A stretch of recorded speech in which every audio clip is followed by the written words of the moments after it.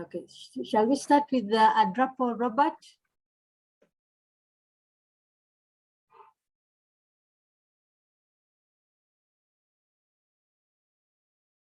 Robert, are you there?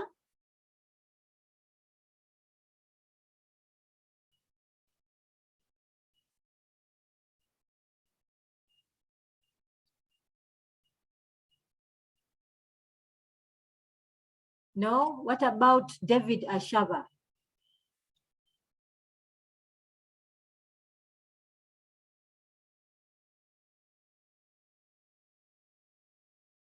David, are you there?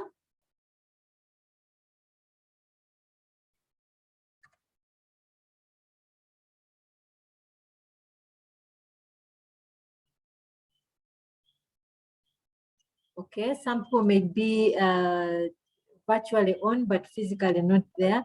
What about, yes, the Robert, I'm seeing Brian Isaiah. Yeah, I'm there. Yes, please. Brian, could you just introduce yourself and give me your background and what are your expectations for this course? Thank you, Dr. Thank you, Dr. Shiba. My name is Brian Isaiah. I have a bachelor's degree in information technology. I also do work as a data manager. And my expectations for this course is to get a clear understanding of research and how it can guide me to start on my dissertation. That's why I would be that would be my expectation. Yeah.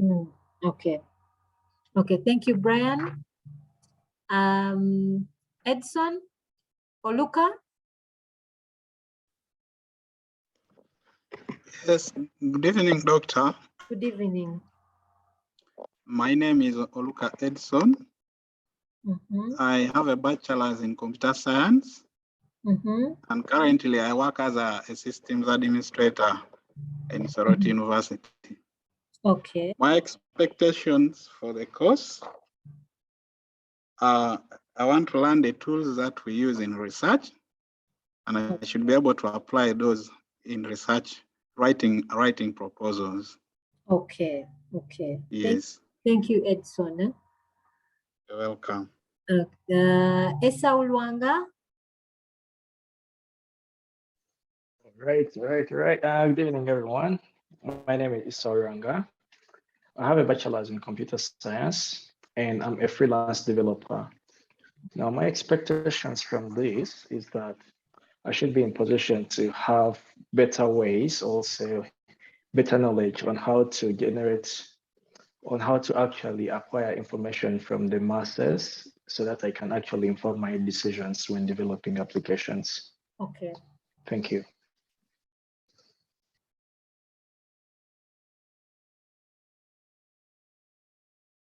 Okay, thank you very much, Esau. Olivia Gochala, would you please tell us? Thank you. Good evening, everyone. My name is Gochala Olivia Lutaya, and I'm having a Bachelor's of Science in Information Technology from Uganda University. I deal with databases and graphics. I'm also a counselor. My expectations is to be able to write my dissertation at the end of the course. Okay. Thank you. Okay, thank you, Olivia. Okay. Joseph Luyimbazi. Good evening, Doctor. Good evening. Luyimbazi Joseph, my name's. Background, I studied bachelor's in IT, State University. Mm-hmm. And I'm working as a systems administrator, now same university. Mm-hmm. And my expectation is to understand more how research is done on corporate level and also for it to help me when I'm doing my research. Okay. Yes. Okay, thank you, Joseph. Manuel? Yes, Madam Shiba. Yes, please. Yes, Manuel. Yes. Yes, we are just introducing ourselves. Oh, my name is Emmanuel Sibo. I work in an NGO called BRAC. Mhm. I am the lead person in the mHealth application implementations. Okay. Currently, we're working as a team, as a consortium to digitize VHTs in Uganda. Ah, But we've started with a few districts. Yeah. okay. Okay, Manuel, that's very good. So when I saw your yeah, when you saw when I saw your introduction as mHealth, I got interested. oh, I that know is we shall be good. working together a lot. Oh, that Yeah. would be so good. Actually, my research was with VHTs and on an mHealth application. That's very good. Really. Oh, and we just started implementing it like 2 weeks ago. So Oh, that is yeah. really good. Mhm. Yeah, that I would really love to talk more with you on that. Thank you.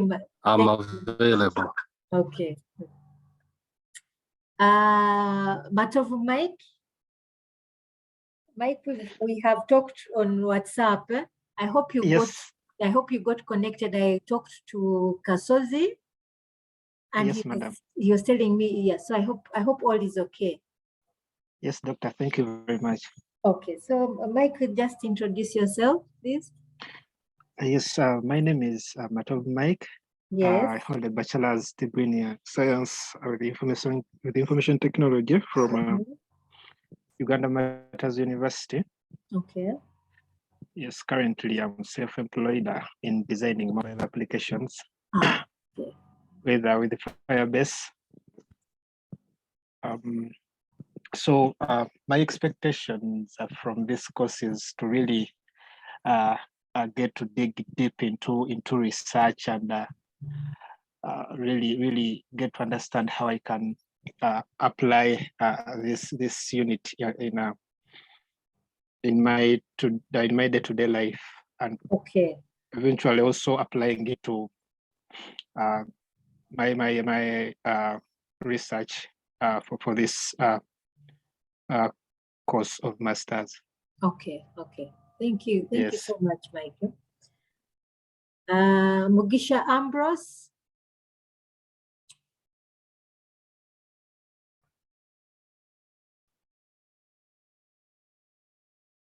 Mugisha Ambrose, are you on? Okay, thank you. Yes, I'm on, doctor. Good evening. Good evening. My name is, yes, my name is Mugisha Ambrose. I complete a bachelor's from Bara University of Science and Technology in Uganda Mission. At the end of the day, I expect to actually, I'm in immigration health division. I also did major in health section. I expect to get more skills next on how to deal with my final year dissertation. Okay. Thank you so much, Ambrose. Beatrice Ruth.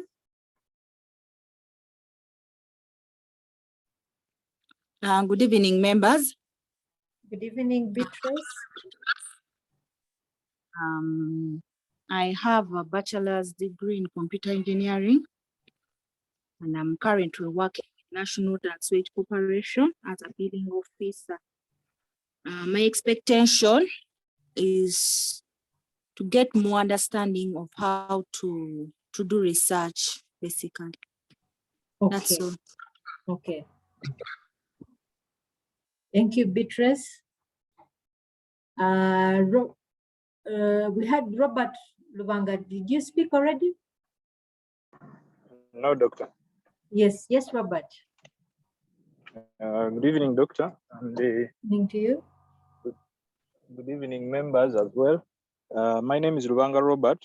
I hold a bachelor's degree in information technology and computing. Currently, I'm working with the Clark International University as the head ICT. My expectation from this course unit is that I expect to come out as a better researcher, and also be able to apply the knowledge at my workplace, being in an academic environment. Okay, okay. Thank you so much, Bachchan. Shaban? Yes, doctor. Yes, Shaban.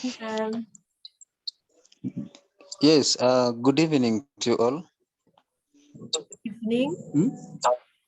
Yep, I'm Shaban Jasanku. Lecturer. I hold a bachelor's degree in software engineering. And I'm currently working as a software engineer at SCD Darling, Uganda. Now, with my expectation, I expect it to enhance my problem solving and analysis skills, so that I'm capable of solving existing problems in the research field. Okay. Okay, thank All you, right, thank you. Shaban. Thank you, Shaban. Welcome. Thomas?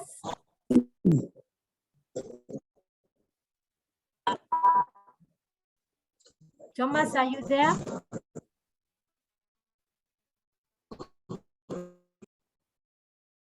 Is Thomas there? No? Hello. Yes, Robert.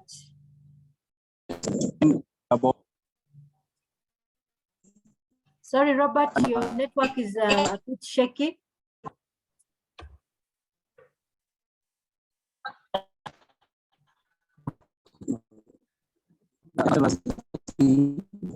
University. Sorry, Robert, your network is a bit.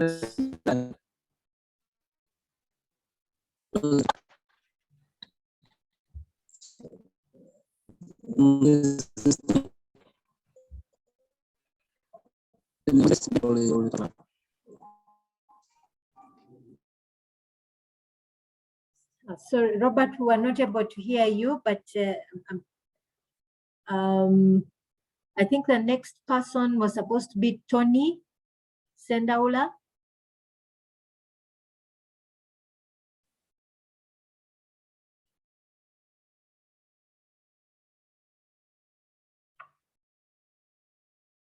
Yes, Tony.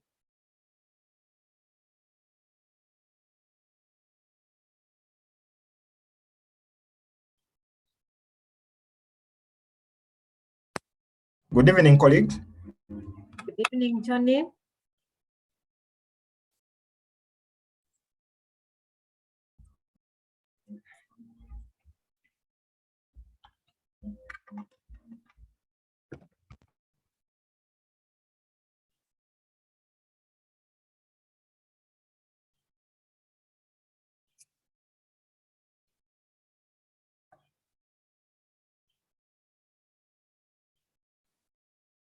Hello, Tony.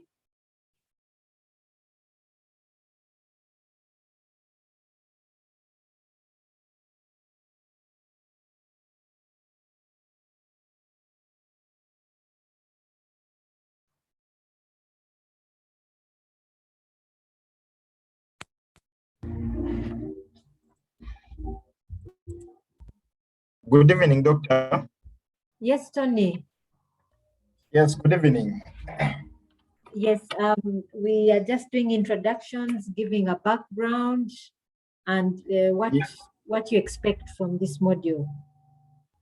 Yeah, sorry, my mic had been muted. I was using earphones. So, good evening, colleagues. Good evening, Doctor. Good evening. I'm called Tony Sendaula. I work as an IT officer in charge of systems under the Uganda Protestant Bureau, and I hold a bachelor's degree in computer science. So my expectation basically is to learn more about research and how research can help improve systems, specifically in health systems, because that is basically what I work with. So Okay. basically, I'm looking at enhancing my research skills and probably writing, proposal writing and documentation of systems. Okay, thank you so much, Tony.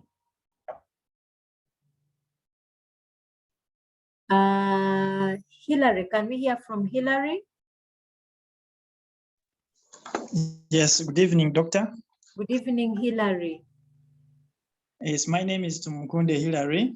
Yes, please. I hold a diploma in electrical engineering, and then I did a bachelor's in information technology. Okay. I deal with data entry at Rushoroza Hospital in Kabale. And my major expectation is to have more knowledge about research. Okay. Yeah. Okay, thank you, Hillary. Okay, I think that's about it. You're welcome. I think that's about it. Have I Catherine? There is Catherine. Yes, I'm also there, Doctor. I'm also there. Oh, yes. Twine. Okay, let's hear from the lady first, Catherine. Then we shall come to Twine and then Ashaba. Good evening. My name is Catherine Walaga. I hold a Bachelor of Science in IT from Kozi University and expect to be good at carrying out research and being able to write my dissertation after this course unit. Okay, thank you, Catherine. Twine and then Ashaba. Good evening, members. My name is Twine Robert. I hold the bachelor's degree in information technology and computing. I am working as a data manager with infectious diseases research collaboration.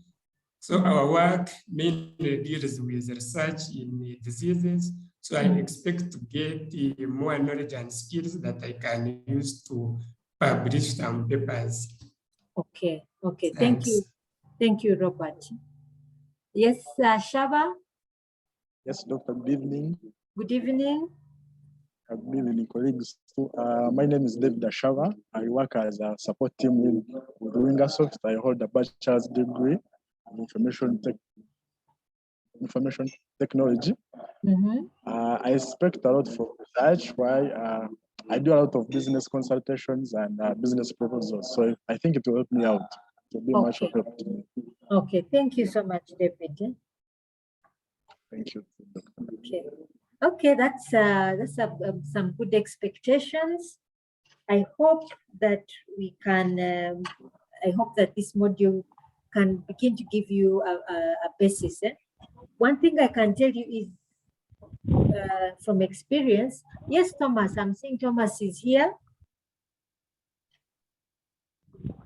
Good evening, Doctor. Good evening, Thomas. This is Thomas Moboke. Yes, please. I hold a bachelor's degree in computer science. I majored in big data and data analytics. And currently I'm employed as an IT auditor with National Water. Okay. My expectation is to use research effectively so that I could help out where I work, so that my organization is actually focused about value addition. How do we help our customer? So that is what I want to focus on. How can I bring some innovation so I can add some value onto my place of work while also pushing my career? Okay. Thank you so much, Thomas. The expectations are, I can see, are really grounded for each one of you. It is, you're looking at this module to improve your careers, to do your dissertations, and basically, I think that's where the majority of it lies. From my experience with research myself, I think I first encountered research at undergraduate level. And I'm sure like anyone, it was something completely new to me. And I think I did, I must have done a terrible job at it if I look back, but then probably it was enough for the knowledge. What I had was sufficient for that level. At master's level, I was going purely IT, and really what I was focused on was developing something. That was my main focus, and I think I didn't do justice to research. I think when I embraced it, or rather I had to embrace it thoroughly when I was doing my PhD. And I think this is when I took a deep appreciation for research at its best, in its purest form. What I can tell you is research is growth.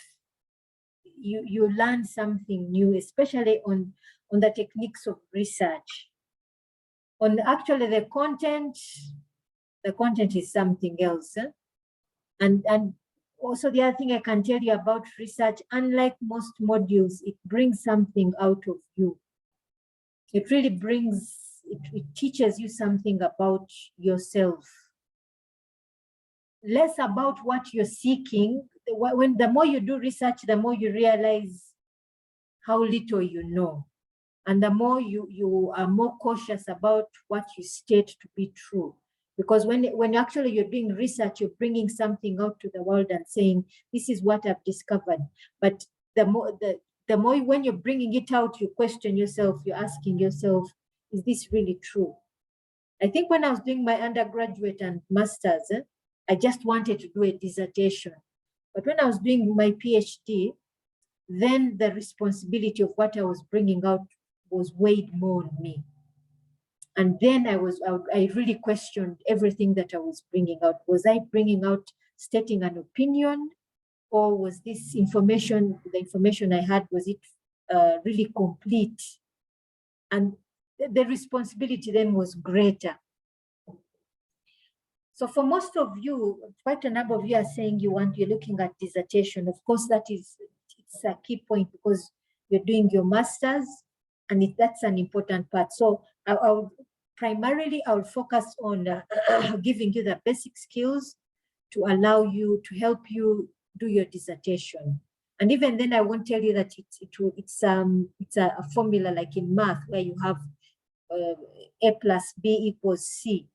Or if you have X, you find Y. That it's not as simple as that. Research really takes a toll on your mind and thinking and questioning yourself. That will come, but I would really focus on giving you the basic skills to do research, but also to let you know that research goes beyond that, more than just dissertation. For some of you, you're talking about your career, using it to bring about innovation, to bring about something new, bringing about efficiency. And definitely research will do that. If you can go beyond the dissertation, well and good. If you can go beyond and even publish a paper, all the better. But even when you're publishing, that is the point when you really question everything that you're bringing out, the authenticity, the truth, and it humbles you, should I say. Research in its purest sense, it humbles you. That's what I can say so far, what I have learned about research in general. Now, when we come to, as people who are coming from an IT background, all of you, I think, have an IT background. And I'm sure our mindsets, our minds, our professional side, we are wired towards solving problems.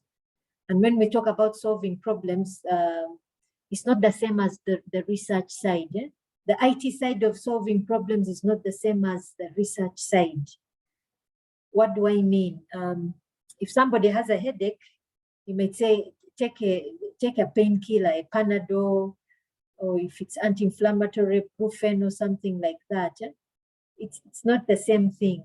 And IT is quite similar. Somebody wants to automate processes, we design something. Somebody wants a system that does ABCD, we provide a solution. Research is not exactly like that. But however, as IT people, we must also bring about research. We want to design something, but we should also be answering a question. We should also be, it's not necessarily the solution that provides the research question. So the other part I would want to, that for me, as a researcher in ICT, the one thing that I have to bear in mind is to bring you out to see beyond developing solutions, IT solutions, but bringing research into our domain of IT. And that was one thing that I really had to do when I was doing my PhD, that I had to look beyond the solution and answer questions that were pertinent to mHealth or ICT4D designers. Your designers, your design systems. What do you might ask yourself questions. Our solutions don't always answer problems. Why is that? In different domains. Or maybe the management of ICT itself. Where are the gaps in management of ICT itself? Where are those gaps that are stopping us from bringing about appropriate management of ICT and use of ICT? That's really where research comes in. What I want to do is try and pull us out of it, or rather to bring our perspective beyond ICT solutions. So that way we know that we are going to do appropriate research as ICT academics, as you're carrying out your master's degree on for your dissertations. Now, I gave you an assignment, sort of to kickstart us in this module. And I gave you several articles. I think most of you, I think the feedback I got from Tony, I think most of you have done this research. I know many of you are in groups. Not all of you are on Moodle. Not all of you are in groups in Moodle. But we can rectify that. My question to you is: are you done? Can we see some of those presentations?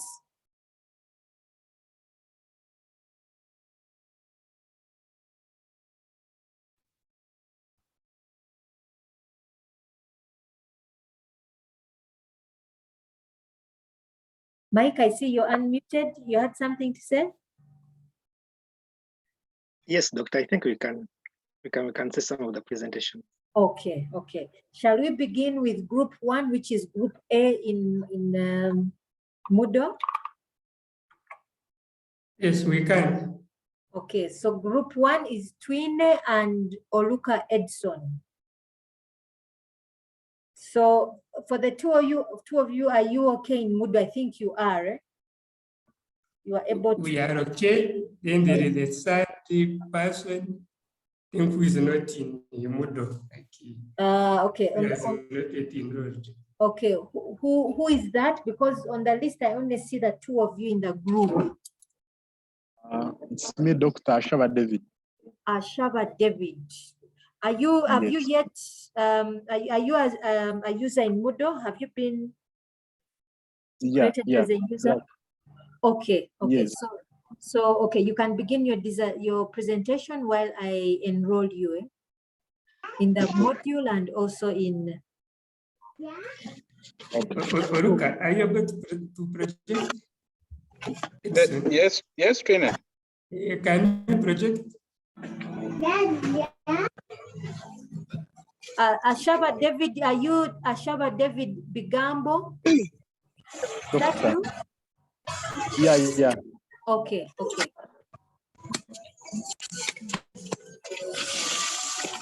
Nina presentation. Maria.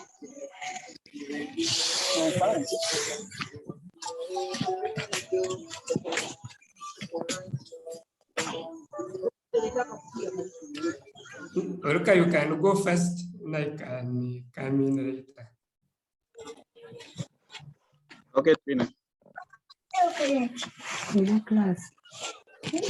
Okay, members and doctor, good evening once again. Good evening. My group A, we are presenting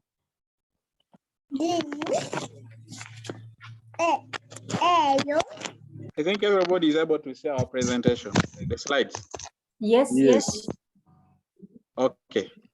We're given an assignment, and we're also given the articles to go through, read them, and the assignment basically wanted us to identify a problem statement or formulate a problem statement from the article, identify the research objectives, also identify research methods or strategies, the findings, and also be able to read further and critique the method. Then also identify the future research areas in the same document. So basically it was, you read through it, look for these components in that way, in that paper, carry out more research, critique, then come up with a simple presentation, which we have in our midst. So I'm going to present. I'll define a few concepts. I'm going to define what research methods is. Then I'll talk about the problem statement, how it is formulated.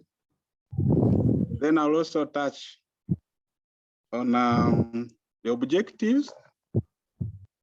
Then my colleagues will take it from there and do the research method, findings, and the future and the future area. So members, I want us to begin by defining research. And I wanted us to define research as a strategy. We're defining research as a strategy or strategies or tools that one can use to carry out research. We can also say these are processes, techniques that we utilize in collecting or collection of data or evidence for analysis. Basically, that is what we are looking at. Now, members, when you look at our presentation, this is how we drafted the problem statement.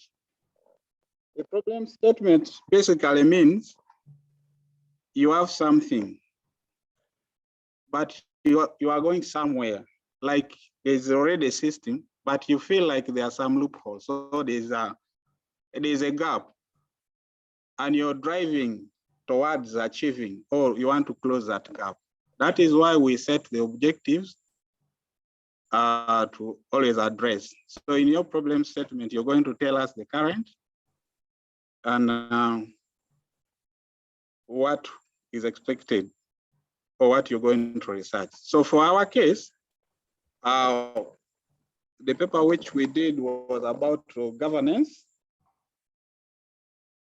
It was about an integrated model for ICT governance and management.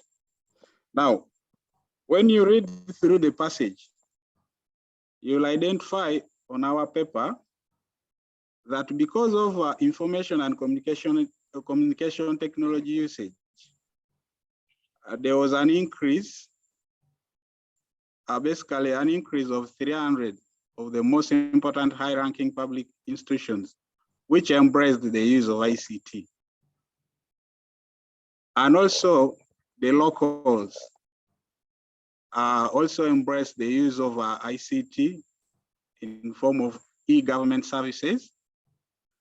And so there was a need of governance regulating these entities, because now we are using it, but there's no policy, there's no framework that is governing use. So that informs our problem statement that yes, we have embraced the use of this technology. And if you look at the research paper, you'll actually find that from, I think, is it 13 to 51% was highlighted in this case of Ecuador. So we are saying, yes, that is a good thing, but there's a challenge in maybe resource information sharing, and that needed to be addressed. That is why we are coming up with a model, because this was a case study, and it was specific to the there's an abbreviation which is very long. I didn't write it down, but it was about the Council for Evaluation, Accreditation, and Quality Assurance of Education, of Higher Education Institutions in Ecuador. So that is what we are using as a case study, and wanted that body to be a reference model that can be used local, can be used regionally, and even internationally. Some countries can also adopt it. So this is the problem statement. So point number 2 says the current applicable regulations and legal framework is lacking. It is supporting that, yes, these people are using ICT and communication technology, but the legal framework, the regulation and the legal framework is lacking and compliance with the government. So the system or the research is trying to propose a framework model which will address ICT governance and management challenges that exist in the current setup. So the objectives were quite straightforward from the document. We wanted rather the study states that that body should be able to evaluate and accredit universities, polytechnic schools, the undergraduate and graduate academic programs. So like you want a uniform body which is going to regulate what these institutions are producing.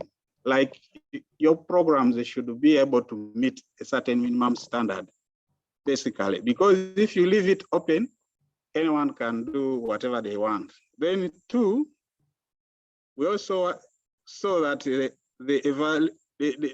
evaluate and accredit superior institutes and their academic programs.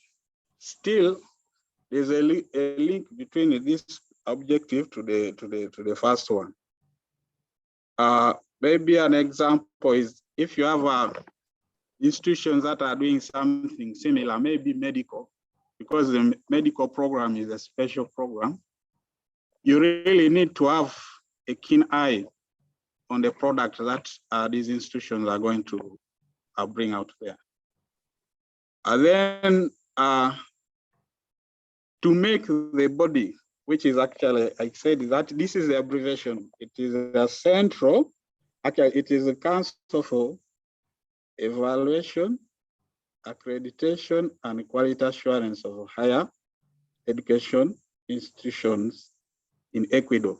So we want to make this body, you have to forgive me, I cannot read it, I might bite my tongue. We want to make it as a reference model that we are going to use in matters of higher education quality, introducing it in the national, regional, and international academic debates.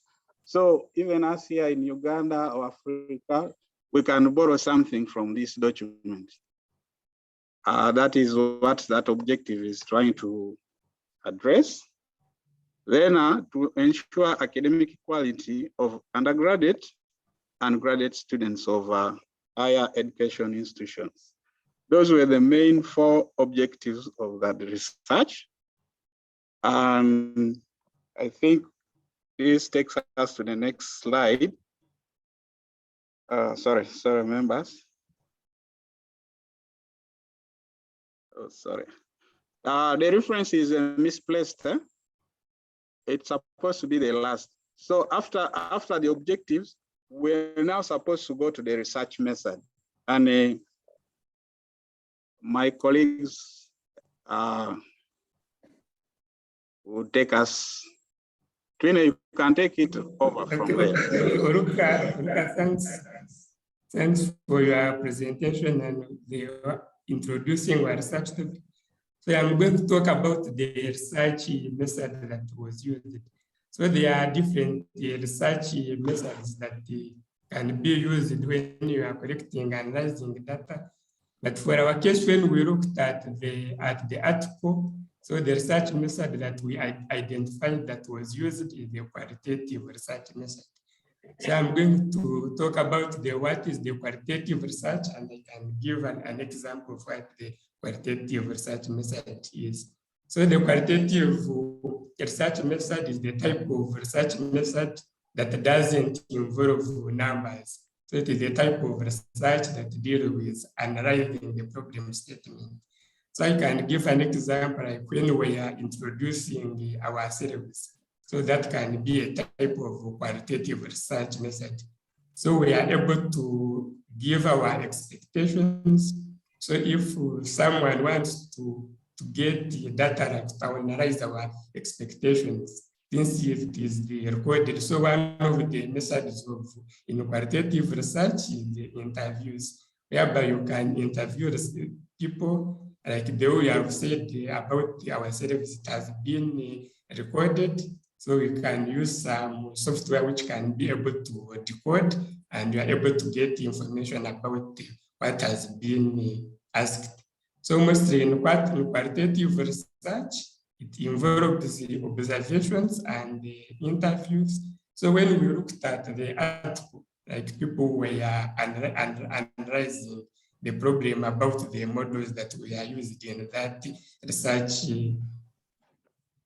about the organization. So they were able to observe what was taking place.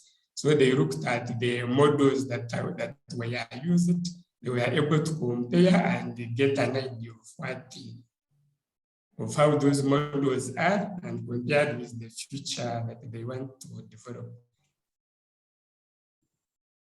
So then another method in the qualitative research is the case study. So from our case, they looked at the higher institution of learning in that country, and they were able to observe what is taking place. So part B about research, about the question they were asking us to predict. Robert, you can go to the next slide. So why we think they opted for the qualitative research method? So one, it is normally used if you don't have numbers and you are not able to ask questions like yes or no to get the statistics. So they were able to use that method. Then another reason we think why they use the qualitative research. So under qualitative research, you are able to get more information that you can easily get when you are having surveys where you have predefined questions, where someone is able to answer what you are asking. So under the qualitative research, it is free. You are able to let the people like you are interacting with someone, then you let them tell you what the problem is all about. So they were able to probe and get more information from it. So another advantage, they were able to observe and see what is currently taking place. So one of the disadvantages we think with this method is for the qualitative research, like the sample size is very small, so you may not get a bigger picture. Because for it, they are able to look at one case study. So we wish if they had used a mixed method with qualitative and quantitative, maybe with quantitative, they would be able to get a lot of information which they would use, which would guide them to get a more understanding of the current model and what the next model would be.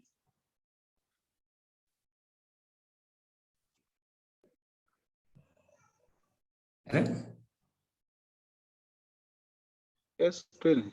Yes. The slide. The slide.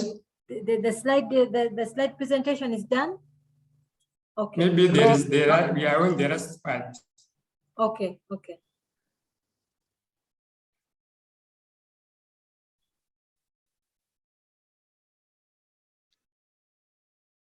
Hello? Yeah.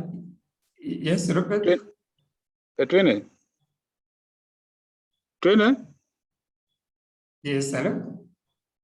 I was saying you can continue because we are at the findings.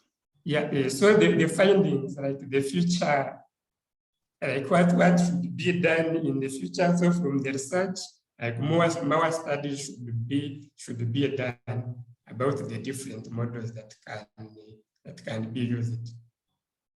I think that's what we are able to research about the article. Okay. Thanks for listening to us. Okay, thank you. Maybe, Doctor, maybe to supplement what Twene has said. Yes.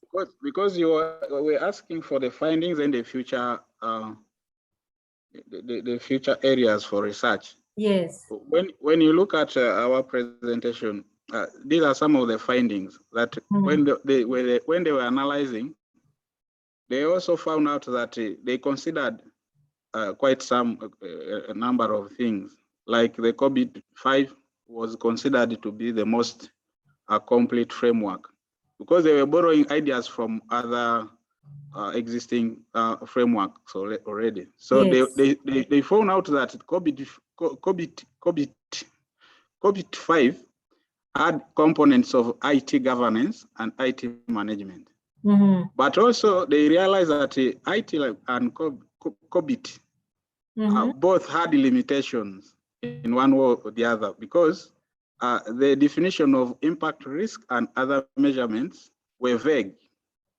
So it also they also found out that. Then they also I found out that the literature review of specialized case studies be analyzed to select a set of structures, processes, and relationships for IT governance.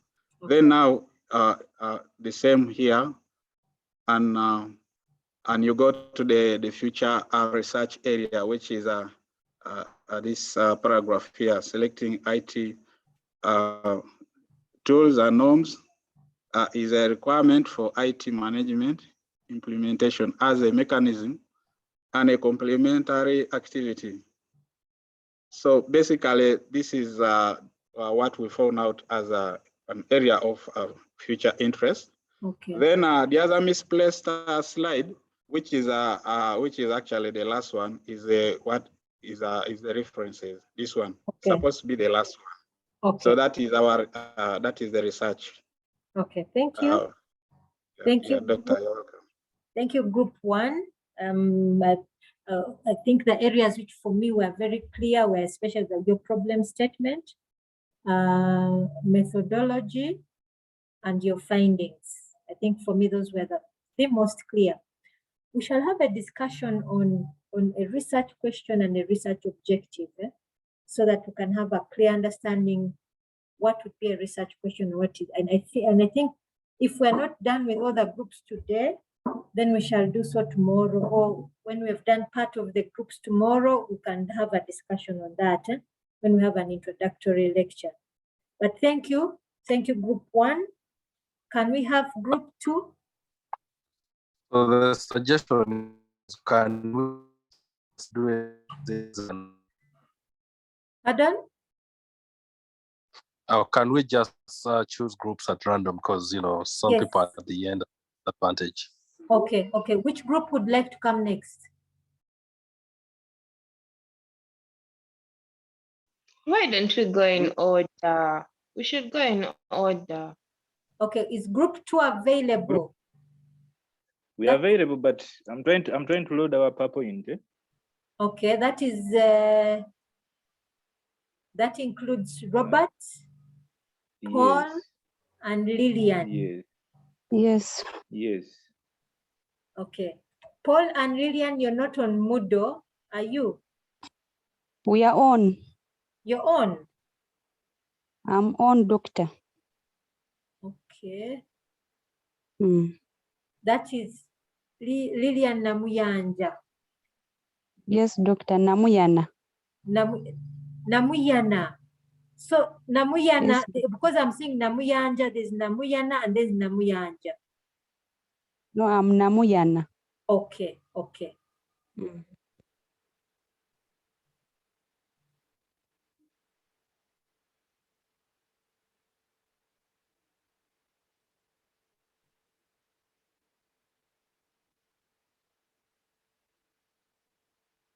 But Paul is not there. No, Paul is there. He's there.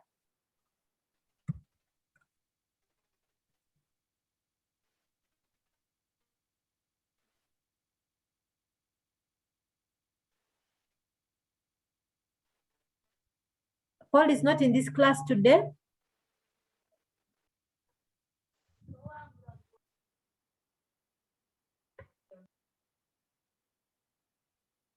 Doctor, our PowerPoint is taking longer to load. Maybe another group can present, then we can come in third place. Okay, okay.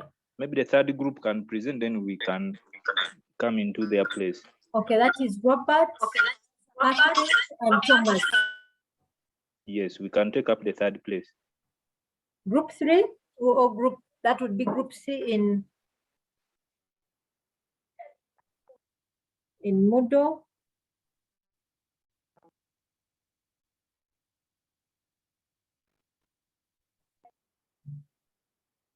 Robert Adrapo, Catherine Thomas. Are you there? Recording in progress.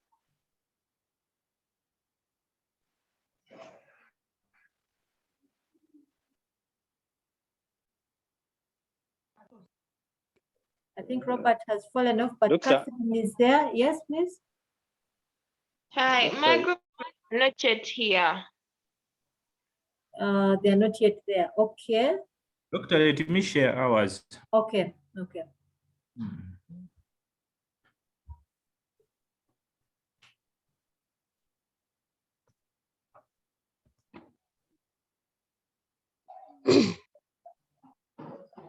Lillian, are you able to see? Yeah, I'm seeing.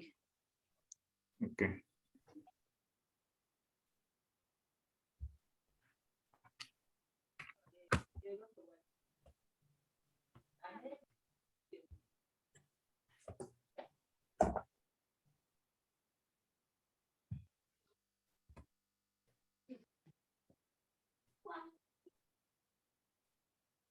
Robert, should I start? Yes, please. Good evening, everyone. Good evening, Lillian. This is Group B. We chose a framework for interoperability assessment in crisis management. That is the article we chose in order to answer the questions we are given. And here we first defined the keyword, which was interoperability. And this is the ability of a computer system or a software to exchange and make use of information. Among the tasks we are given, we were required to come up with a problem statement. That is slide number 1. And in the problem statement, we based on 4 questions. First of all, the first question was, what was the problem? According to the researcher in the article, what has been done? Then what gap? And then as a researcher, what have you done to bridge that gap? Those are the questions we based on in order to come up with the problem statement. And basing on the literature and related worldwide initiatives on disaster and crisis management, the crisis management domain collaborates with the identification of best practices and technical requirements that can support a disaster response management system. We identified a challenge in crisis management as the problem according to the article. Then these systems are characterized as disaster management systems, mainly focusing on response to a particular occurrence of crisis, thus failing to achieve the target. There we are trying to identify the gap according to the system which was in existence. Then if crisis management would involve various approaches of action like use of intelligent communication systems that interact with many devices, in this way, the Safe Trip is one of these intelligent systems designed to improve on the system. There we are trying to suggest, apart from the system in existence, we are suggesting that at least various approaches should be used in order to manage the challenge of crisis management. Next slide.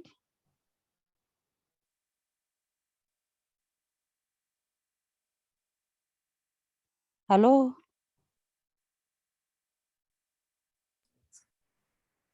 It is my computer. Okay, there it is.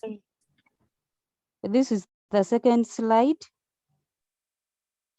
The main concerns and attributes of crisis management are identified from the perspective of interoperability. And based on this knowledge, a framework that supports disaster response management development cycle was proposed. We are also proposing,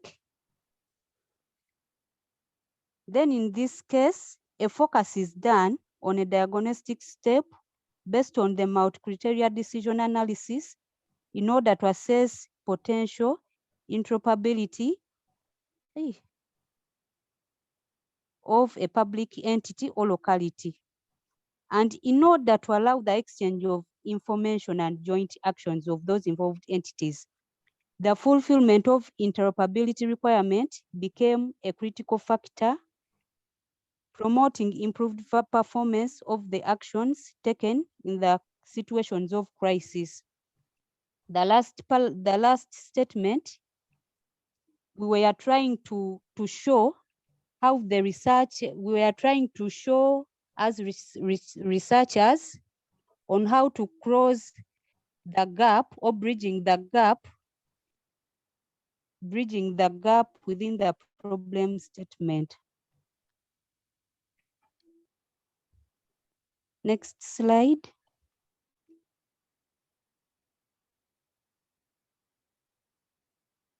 This was our main objective. The main objective, according to us, it is the main mission of this study, according to the article.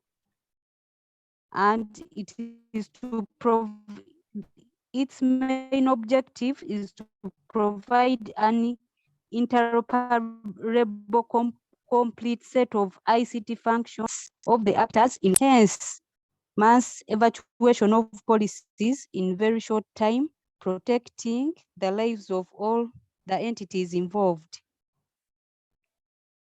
That was our main objective.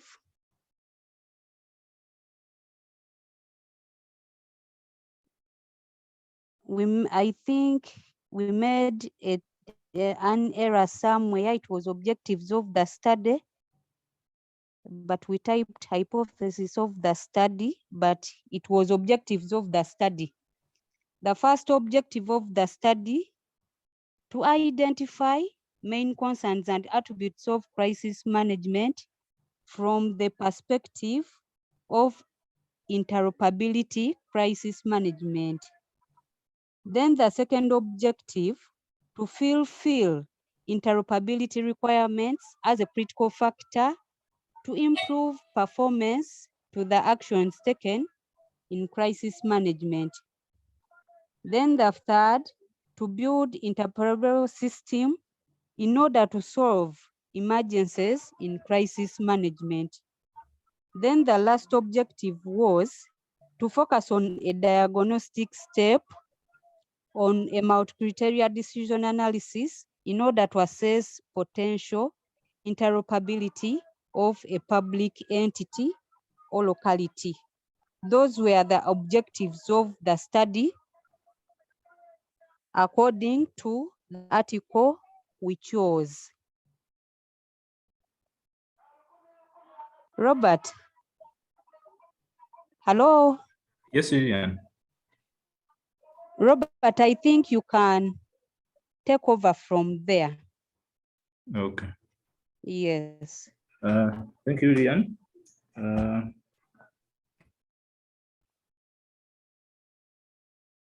My computer is a bit slow, but I hope it will respond.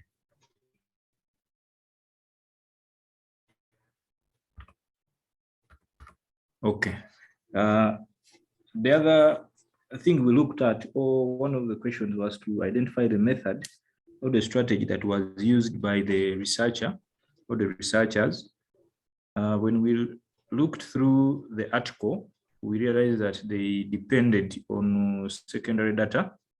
Normally, with the secondary data, normally this is data that have been collected previously or gathered, and then people can go through and then come up with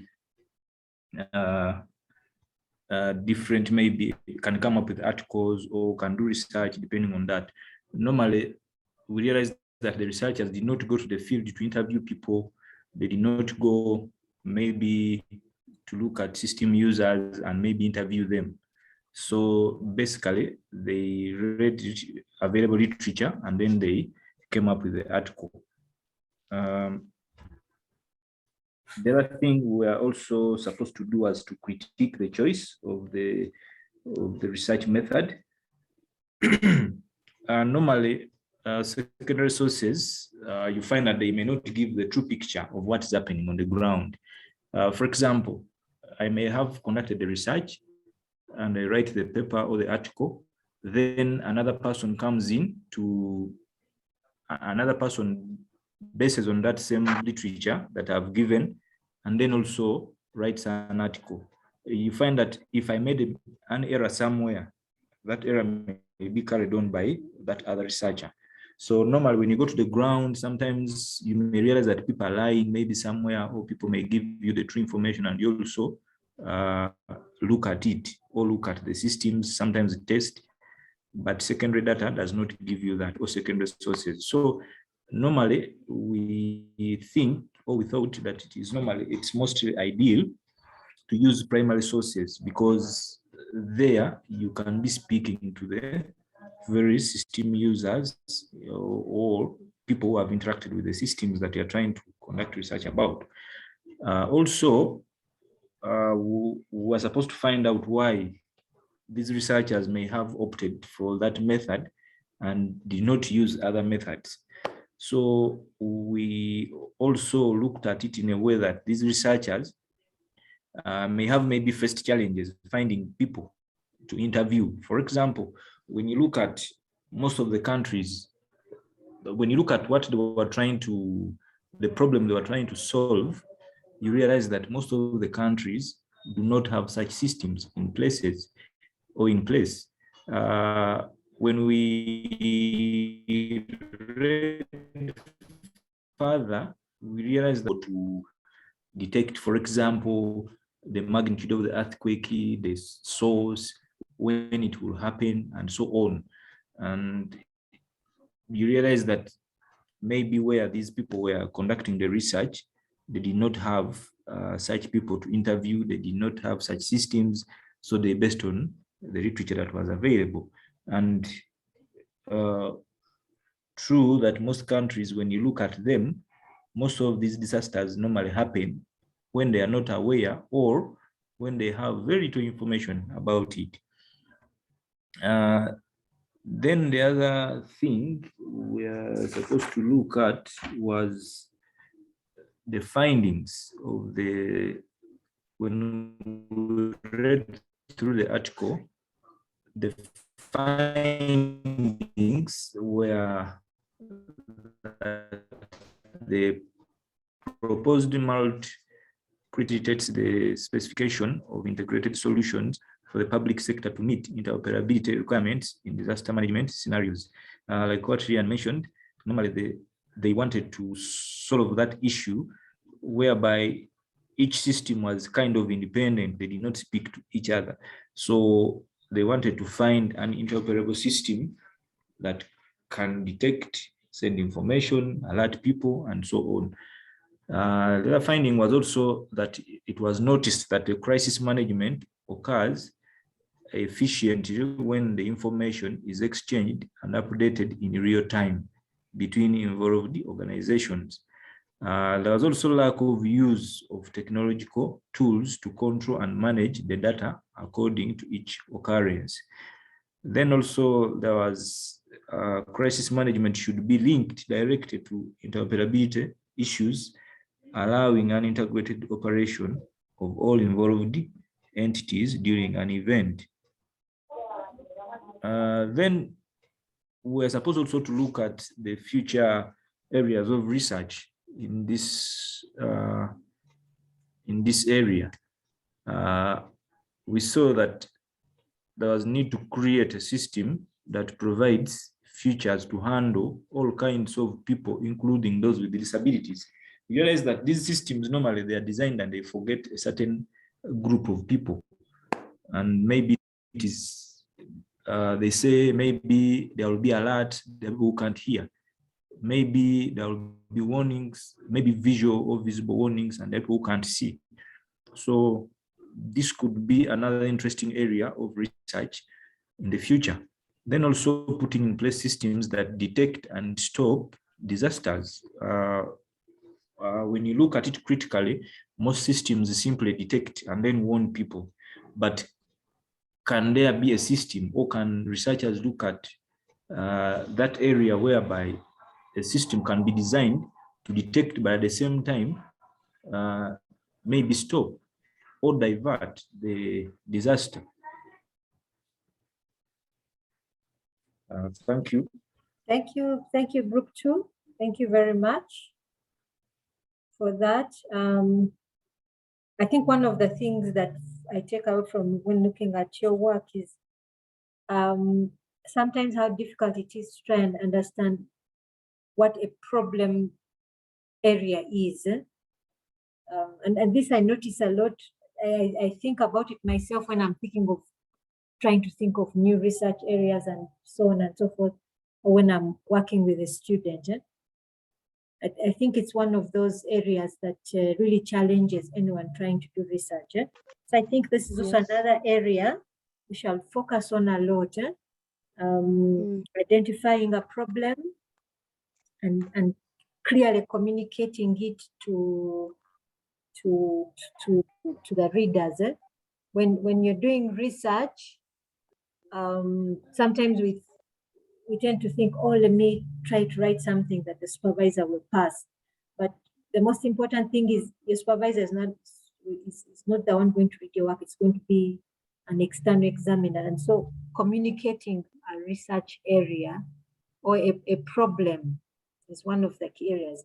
But thank you for that, Group 2. I really appreciate the areas that you pointed out. Group 3, are you ready? Yes, we are. Okay, so there is Catherine and Thomas. Paul is not in class. Is he in class today?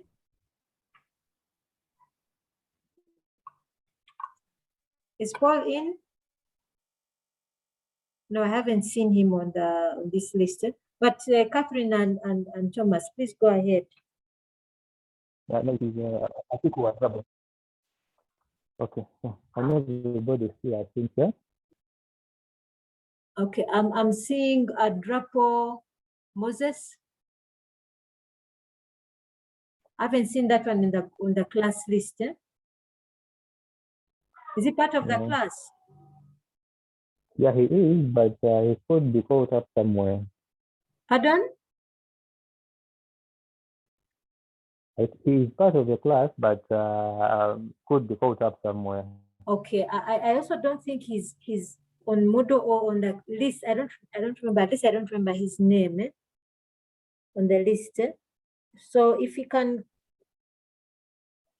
kindly communicate to me if when he gets onto Moodle and so that I can assign him to the group. Okay. Yeah. Yeah. So can you start? Yes, please. Please start. This is group 3, and the research paper that we looked at or that we used for our presentation today is a framework for evaluating compliance of public service development programs with government enterprise sectors.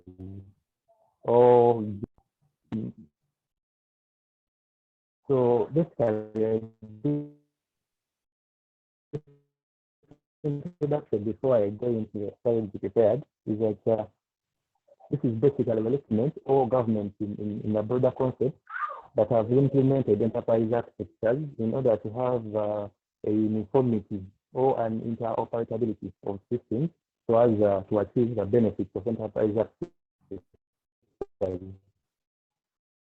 But the paper in general seeks to design or come up towards government enterprise architectures. So our problem statement is that as a result of the earlier disregard for coherence in government agencies, electronic services within a public organization, policymakers, GEAs, as we shall come to see them, to ensure interoperability, to avoid duplication of efforts, and to enable government-wide reuse. So some of these that we see here are some of those benefits of enterprise architecture, just like on this level, or this paper focuses on enterprise architectures in the public sector. We cannot have an idea of how public sector works, that we have so many different or split agencies with various systems, with various methods of doing work, with various data variables and all that. So you find that all these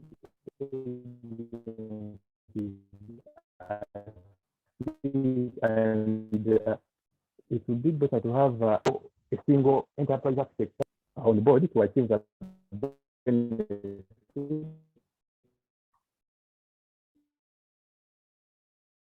Sorry, Thomas, your network is sorry,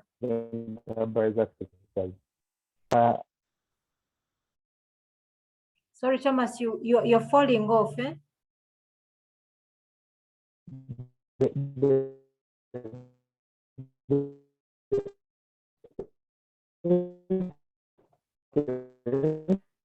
Or the practice of government enterprise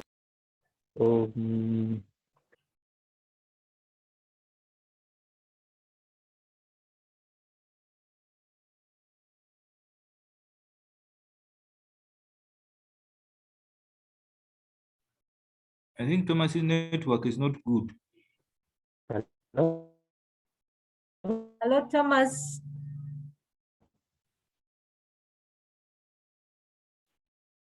Can you hear me now? Yeah, now we can hear you. Okay. Sorry about the network interruption. So can I continue now? Yes, please. So we were saying that the nature of public service is one, it is bureaucratic, but there are so many layers of authority from the top to the bottom. So decisions are implemented and there are so many that do or implement on their own. So various governments have adapted the need for enterprise architecture to try and find a solution to this incoherency of systems and duplication of services. You could have an example. I'm going to use an example that we could be having here, where we find that we have a driving permit where you have to fill in all your details. Then you have a national ID with the same details. Then you have a bank account with the same details.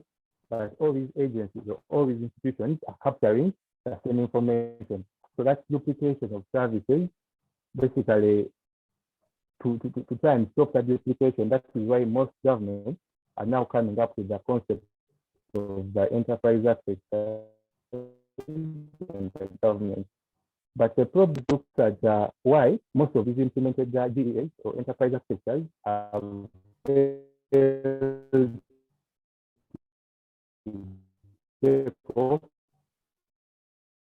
or most of them have not been successful. And going on into our slide is that although measuring policy, governments are designs of these ICT investments and these government systems. So basically what this means is that we all know the benefits of enterprise architecture and why it should be prudent for these governments or public service agencies to implement the government enterprise architecture. And as various policymakers and institutions are open to the idea of implementing such GEAs, the benefits are still not quantifiable, or the benefits are not so clear or clear to explain that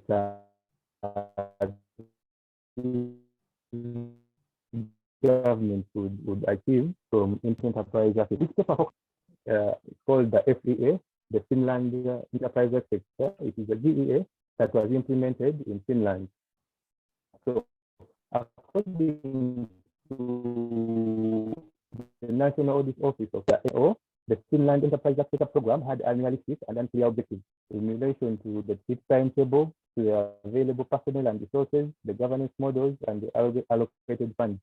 So this is because in many cases, or in the cases of different objectives are unrealistic, or at times they are so vague, or at times they set so high targets for these GEAs, and they do not take into account their resource limitations.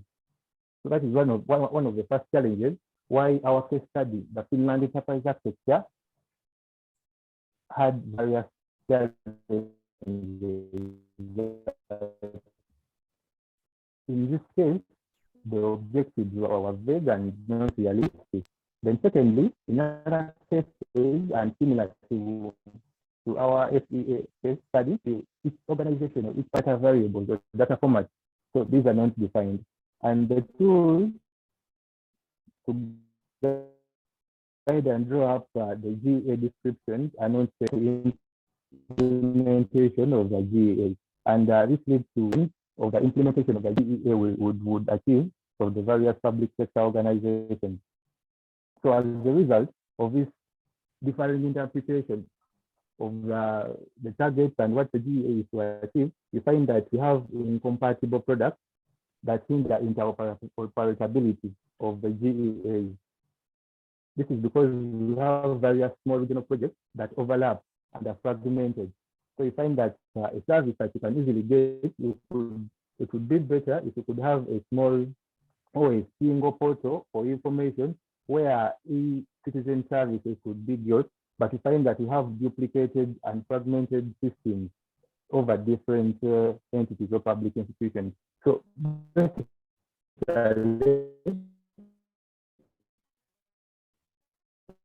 in brief, this is the problem that we have the benefit of GEAs, of implementing GEAs, but again, you see that where these GEAs have been implemented, and in this case study paper, seeks to define how to design a framework for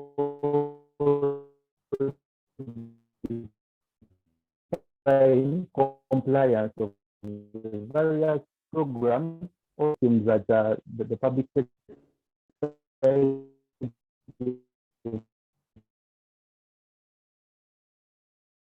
program would be in compliance with the GEA objectives. So I should proceed to the second slide. Kathy, are you there? Here, but I can't see the screen share. But I'm going to read from my laptop. It's okay. the class.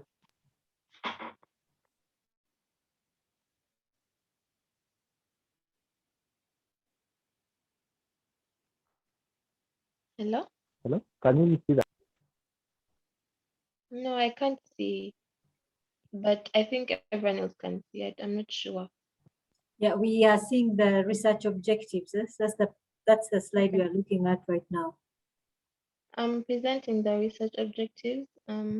Here I was saying the alignment of existing resources with ICT investment for the purpose of cross-sectional service, i.e. INSHA is the sole purpose of an enterprise architecture. It provides a way for systematic description and planning of similar services to other government enterprise architecture services, and also, as was the case in the FEA, the fragmentary and the overlapping services often lead to failure of the JEA. Here we're saying that the government have failed to have a system that helps them to control the problem of overlapping. So this paper 6.2, these are the objectives of the paper. Define a common way of define a common way of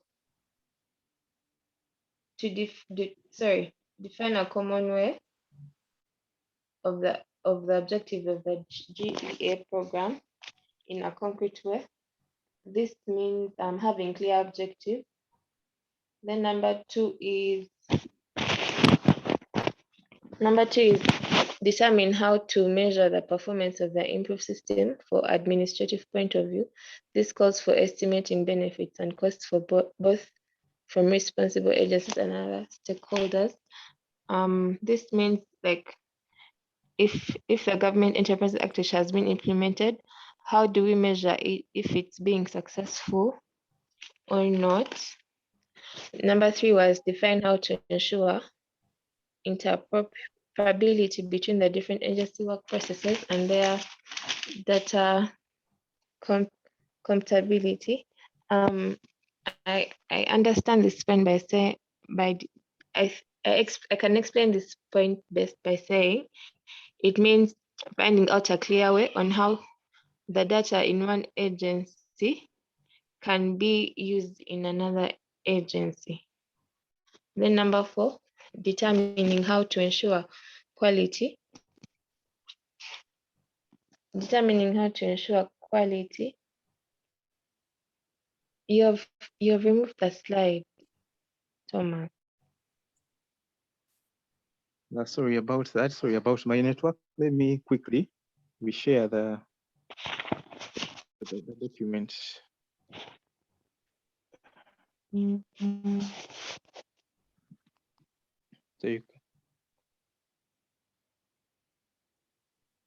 So you can go on, Kathy. Number four, determining how to ensure quality in all objectives and when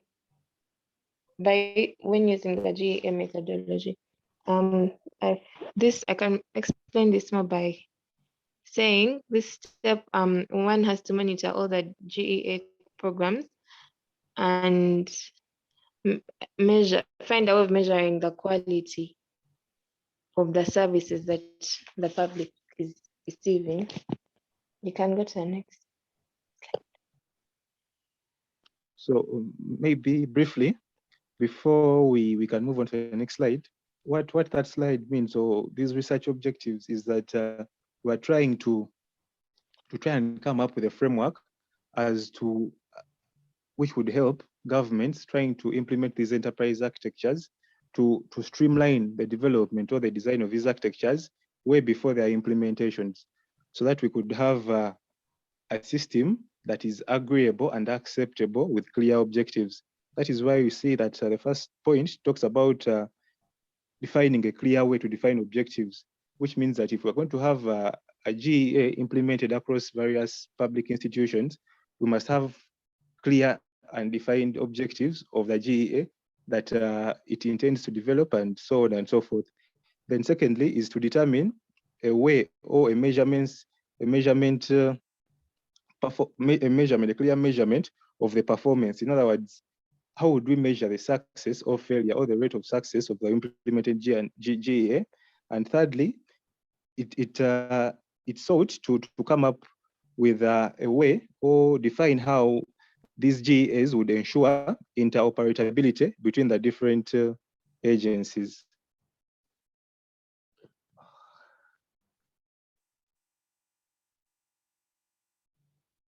Research methods that were used in the case study were the following. The research method used a case study about the implementation of Finland government enterprise architecture, and then in the paper we also saw they cited various articles that were written by different scholars about the research topic.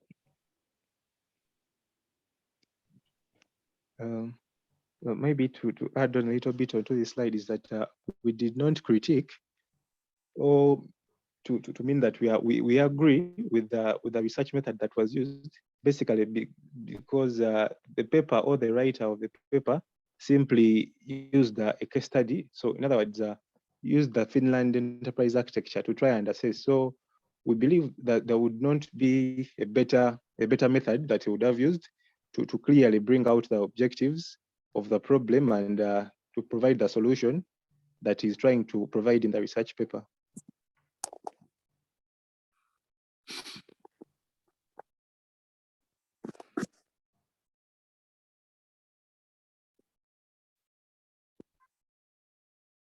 Yes, Kathy? Summary of the findings. The key element in this is a summary of their findings. The key element in avoiding the identified challenges is to use a standardized way to initiate new programs for operation, service, or ICT systems development in the government. This would ensure quality assurance and monitoring measures. There is need to include, as part of the framework, the concept business modeling, mainly because agencies are not able to think outside the box and be innovative.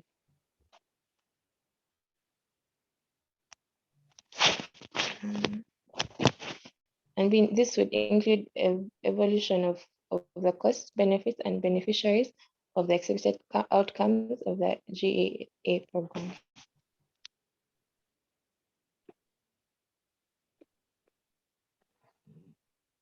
Possible future research areas are overcoming implementation challenges in enterprise architecture management, a design theory for architecture-driven IT management, factors influencing the engagement between enterprise architects and stakeholders in enterprise architecture development. So do we have any questions? No. Thank you so much, Thomas and Catherine. I especially liked the design theory of architecture-driven management. I think that's a good area to think about for research. But of course, at master's level, coming up with theory is something else, but your research can make a contribution there. Thank you, Catherine and Thomas. Could we have group 4?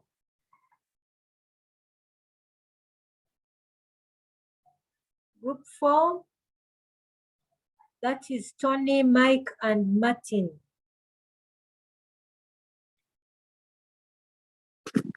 Let's see if we can have at least 5 groups present today, then tomorrow we can have the remaining 5. Martin, oh Mike, are you sharing the screen or I could share? I don't know. Tony, you can share. Okay.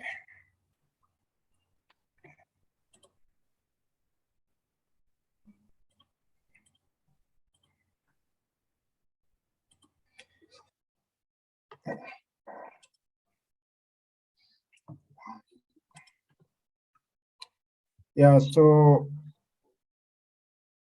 Madam, we are sharing, we took a topic on privacy in times of big data by Solokova.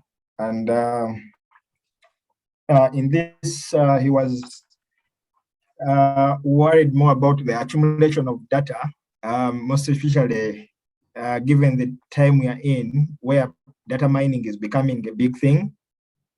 And his worry was, how do we continue to protect personal privacy, especially for personal health information, because that was the most vulnerable data that we need to critically protect. So in his research, in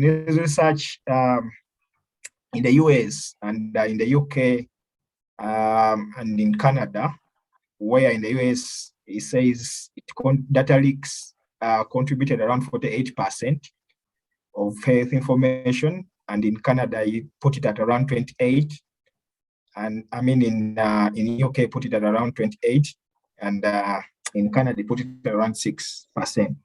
So in all this, to us, the common factor was how people, the responses was getting from both the structured and semi-structured questions that he used to collect data. And the key area here was how people were much worried about their information, especially to do with health information. And one of the examples he cited was one of the family he talked about, which had a diabetic person, and whose information was leaked all over the place in the web, and the family felt uncomfortable. So to us, reading into this, we thought about a problem statements like this, and to us we said, accumulation of massive data volumes of personal information, such as financing, that is finance data, healthcare, and retail information, combined with development of intelligent data mining algorithms, has allowed personal data to be analyzed and linked in an innovative way, but not, of course, always a positive one. So we see that this has given criminals an opportunity to collect information, that is data over the internet, and then conduct illegal activities such as fraud and reselling of data. So this has seriously affected the social stability and harmony of how people use social networks and the web. And in the era of big data, of course, this to us has devised this research to find measures and ways on how to deal with the security and privacy of issues in the context of big data, but with an urgent need to protect personal information, health information, which is arguably the most vulnerable type of personal information. So to us, that's one of the that's a problem statement that we saw. And of course, we talked about the objective, and we thought to split it into the main objective and then the specifics. And the main objective, definitely, we came up with was from the research paper, was to design an applied method and approaches to address the security privacy issues of personal health information in the context of big data with an urgent need to protect most vulnerable type of personal information over the web and online social networks. So, and of course, the specifics, these are the broken down. Of course, one was to study and analyze the existing methods. We say we want, at the end of it all, our research to ensure that we've studied and analyzed the existing methods and used them to address personal information over the web and social networks. Now, secondly, we are saying we also want, at the end of this research, to fully supervise personal data information over the web and social networks to ensure personal information security is not exploited by criminals, and of course, who might cause greater losses and damage. So the third specific objective was we want to ensure that at the end of the day, once we devise the methods, the applied methods, We also want to test the methods to ensure that they address the vulnerability of personal information loss and ensuring authenticity and reliability of that information. And to us, that is critical. And we are saying this objective has to be extremely achieved. Of course, lastly, we are saying we also want to address the vulnerability of this information loss, thus ensuring authenticity and reliability, which can be arguably related to the third one. So I think my colleague would come in and do the research methodology. I don't know, Martin, you or Mike, do you want to pick it up from there? I think I can take it up, Tony. Right. Yes, good evening, Doctor and class at large. Good evening. To continue from where Tony has stopped,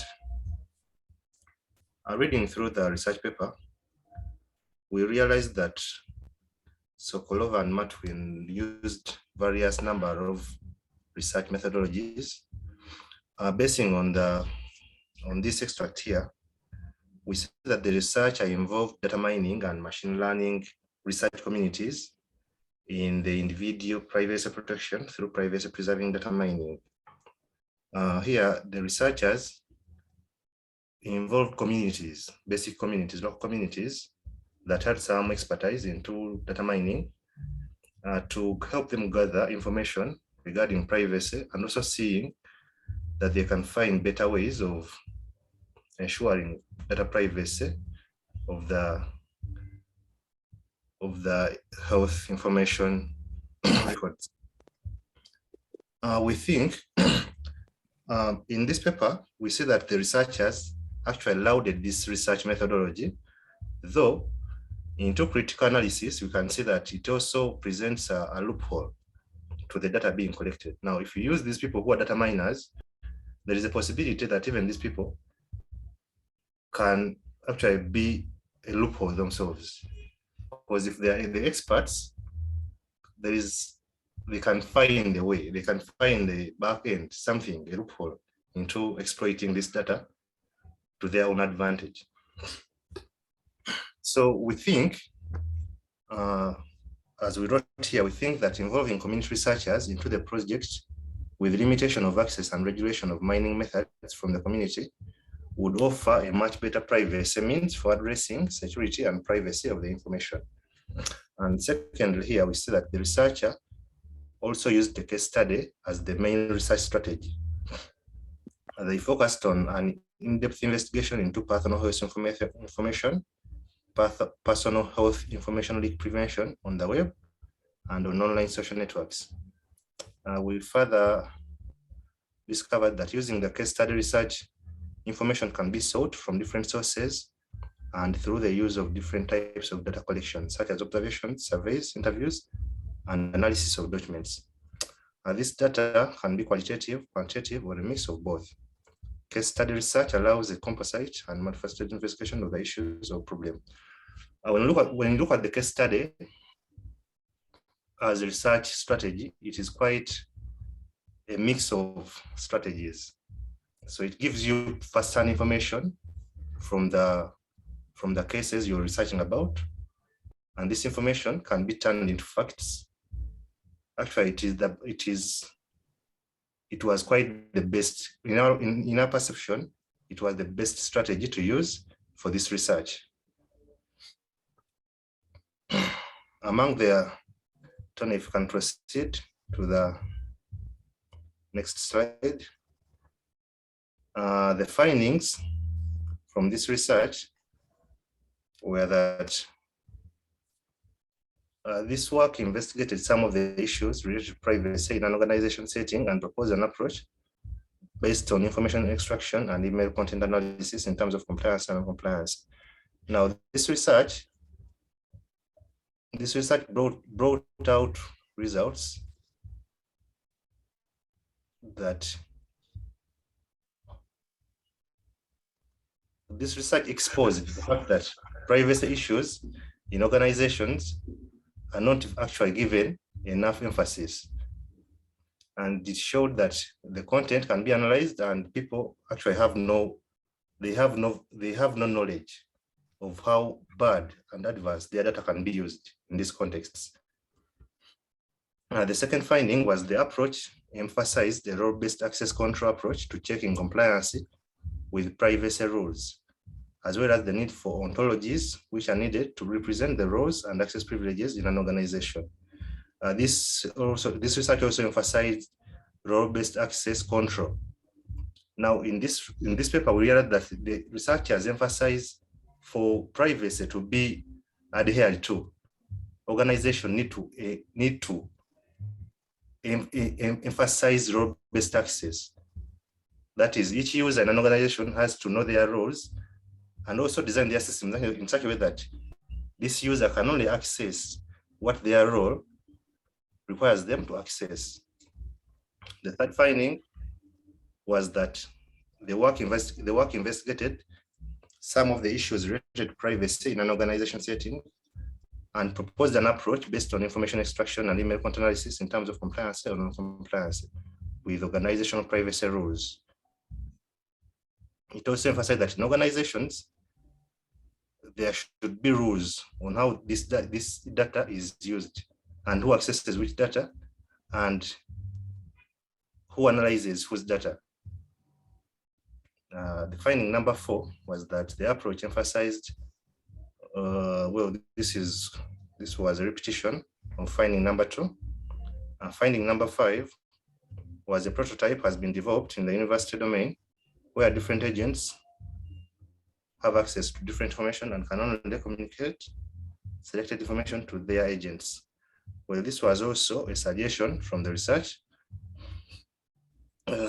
Looking at a university setting, it was proposed that there should be a one-way traffic such that students can only communicate directly with their agents, not going through the middleman or something like that.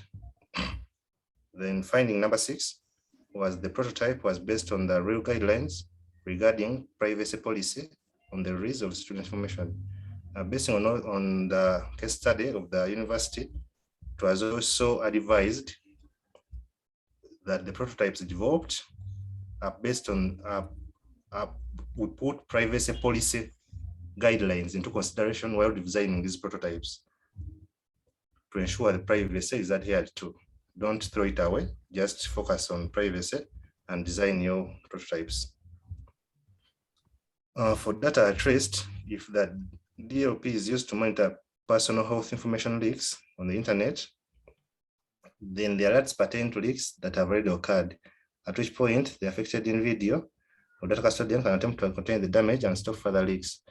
In the paper, we also discovered that some of the data protection strategies available, well, to detect a leak first happens. So these strategies are developed in such a way that once a leak happens, the person is notified, and now this person has the authority, has the responsibility to damage control, contain the data that has leaked, and control any potential future leaks ahead. So it also indicates that this person has to be notified immediately, because if they are not, there's a possibility that by the time they get notified, actually all of their data has already leaked out. Well, I think our next colleague can take on the final slides. Okay, thank you, Martin and Tony. So I'm going to take you through the further research area according to the paper that we discussed.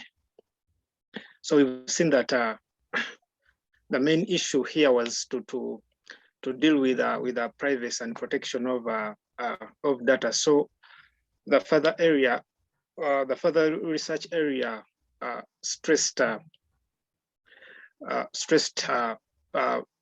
more on areas which should be considered as which should be looked into or considered so as to have data or information fully private and not leaking to unauthorized users. So one was further research can consider looking into the impact and establishment of robust international privacy protection legal mechanisms and agencies as a way of monitoring, but as well ensuring overall supervision of online data. If eavesdroppers to further pay more and more attention on privacy of personal health information and leaks. So this can as well be responsible for data awareness, mainly directed at the people worldwide to realize the importance of big data, but be aware of the basic personal data protection methods available to be used. We also propose further research to focus on specific aspects of online privacy that are more directly at the user control, i.e. privacy protection in user written text. For instance, our guideline will inform the user about potentially hazardous effects of disclosing personal identifiable information. For example, their full names, age, geographical personal areas, home addresses, work location, etc., and health information. For example, their diagnosis and their healthcare units. Then 3, further research might focus on developing such on developing algorithms that can effectively seek texts with a high potential of PHI, that is personal health information. For example, documents distributed by health organizations and healthcare employees. Then in an academic setting, we look at lecturers, presentations, etc., and effectively and efficiently discharge unrelated and irrelevant information. Then construct a set of the characteristics that can provide a highly accuracy of PHI text detection. And then the sort after characteristics can semantic indicators of personal health information in a text. So I think that's what we had, Doctor, from our research. Okay, thank you. Thank you very much.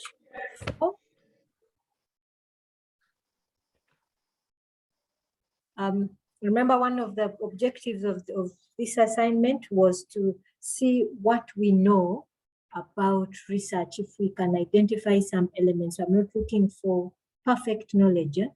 So thank you very much, Group 4.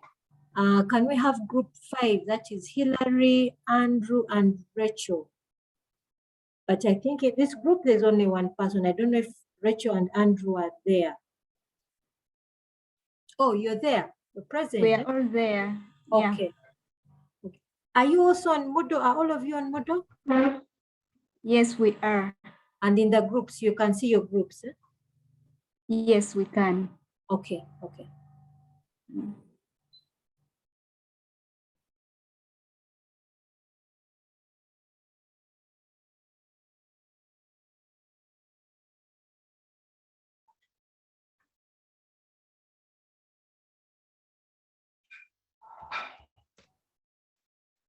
So this is actually Group 5, eh? Yeah, it's Group 5. It is Group E. Okay. Good evening, Doctor, and everyone. Good evening. So for us, we looked at the article AI for explaining decisions in multi environments. And the main problem here was decisions that are made by AI systems where sometimes humans are actually not aware of the goals of the decisions the AI systems are making. So what we identified as the problem statement is, it is challenging to explain artificial intelligence-based decisions in multi-agent environments where the human does not know the system goals, since they depend on agent preferences. Hence, the research seeks to increase user satisfaction, taking into account the system's decisions, user and other agent preferences, the environment settings, and properties such as envy and privacy. So basically, the humans or users make decisions basing on the preferences of others. So when the artificial intelligence systems make some decisions without explanations, there is dissatisfaction from the users because they do not actually know the goals of the decisions that have been made by the artificial intelligence systems. Hilary, next. Yeah, before next, Rachel, I wanted to share something about the AI. Okay. And just to make sure the class understands, a multi-agent system consists of multiple decision-making agents which interact in a shared environment. That's what we are talking about, to achieve common and conflicting goals. Now, our task is to ensure that the users are on the same page for both common and conflicting goals. So like I can give an example from the article whereby the two people had to travel, and of course they had different intentions, but we discovered that they were sharing a route according to the environment decision, whereby one would save time and another one would save money. But now the question is, are they satisfied with what the decision, the decision that has been made? Are they satisfied? Now that is our task, to come up with artificial intelligence that will ensure that the users get satisfied through explanation, of course, using AI. So Rachel, you can continue. Thank you. Thank you, Hilary, for the explanation. So we went ahead and identified our research objective. First of all, we identified the general objective.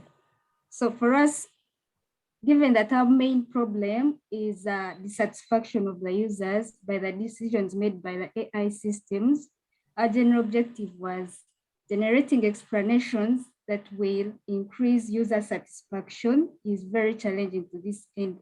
Therefore, the researcher proposed a new research direction that could explain decisions in multi-agent environments. The research aimed at reviewing the state of the art and discussing the research directions towards efficient methodologies and algorithms for generating explanations that would increase user satisfaction from the AI systems decisions in multi-agent environments. That was our general objective. Then we went ahead and derived specific objectives according to the problem we explained.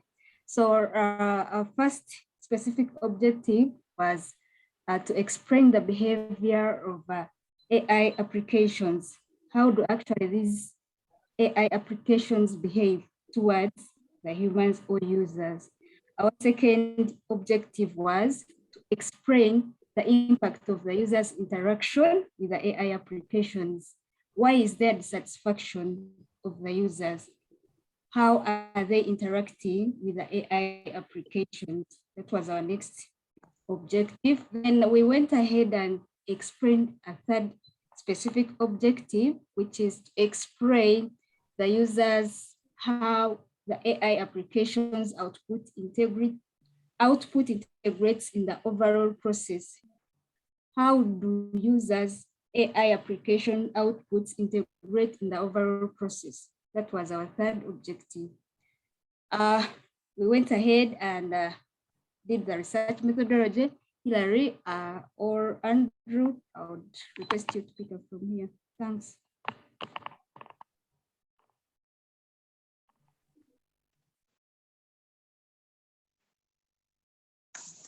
Hello. Yes, please, we can hear you. Hello, Andrew. Andrew, are you online?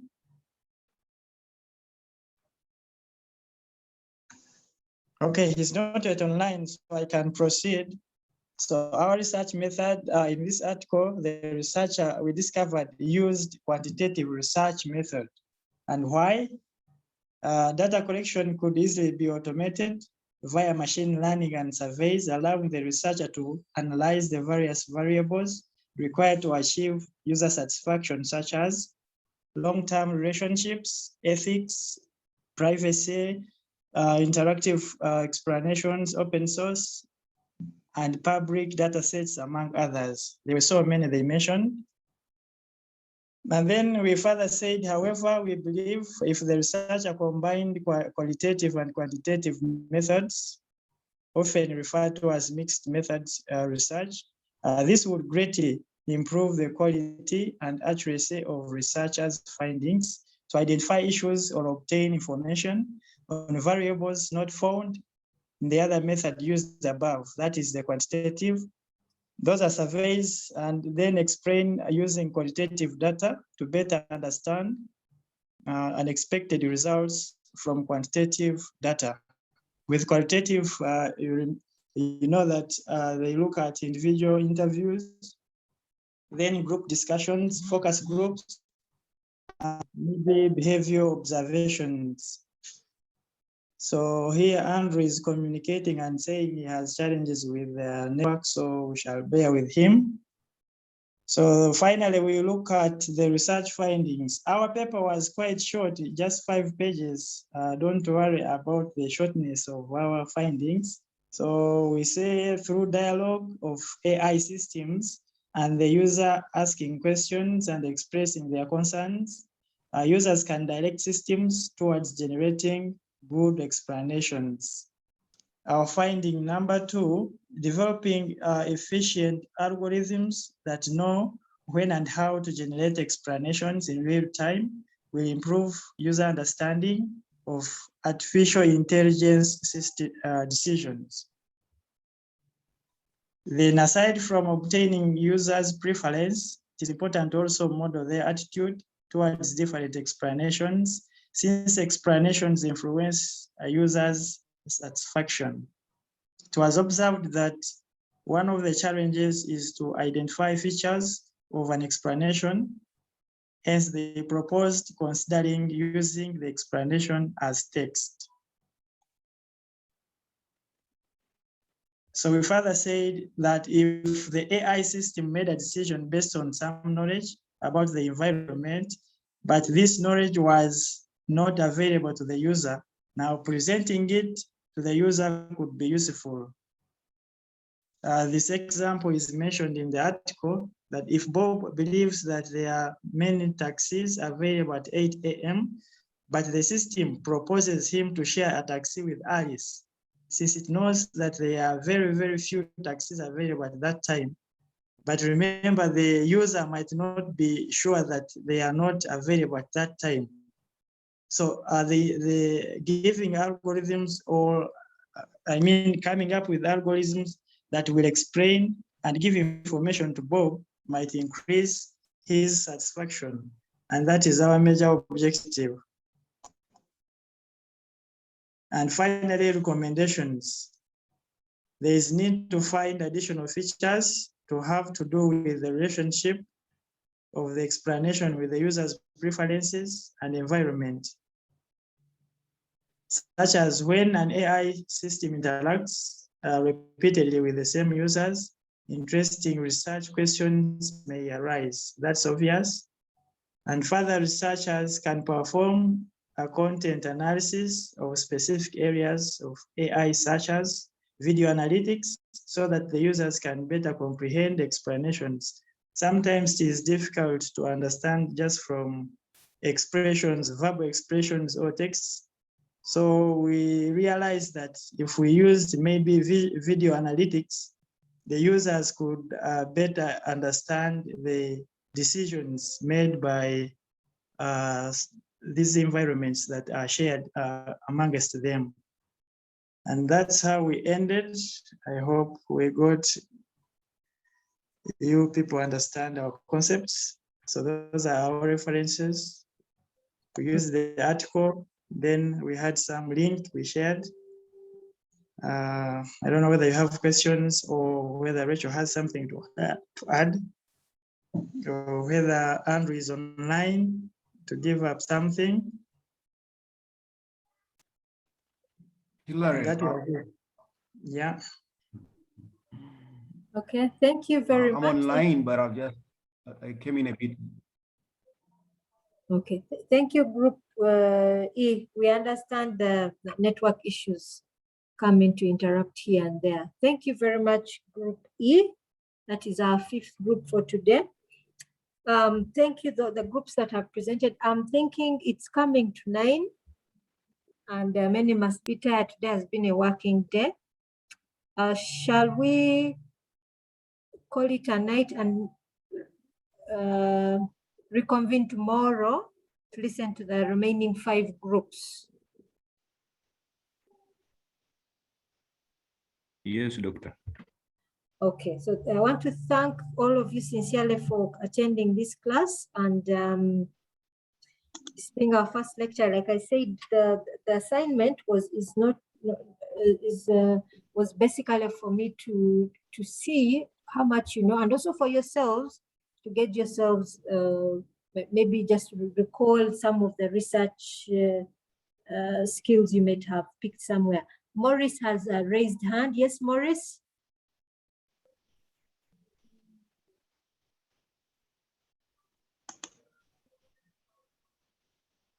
Morris, you have a question?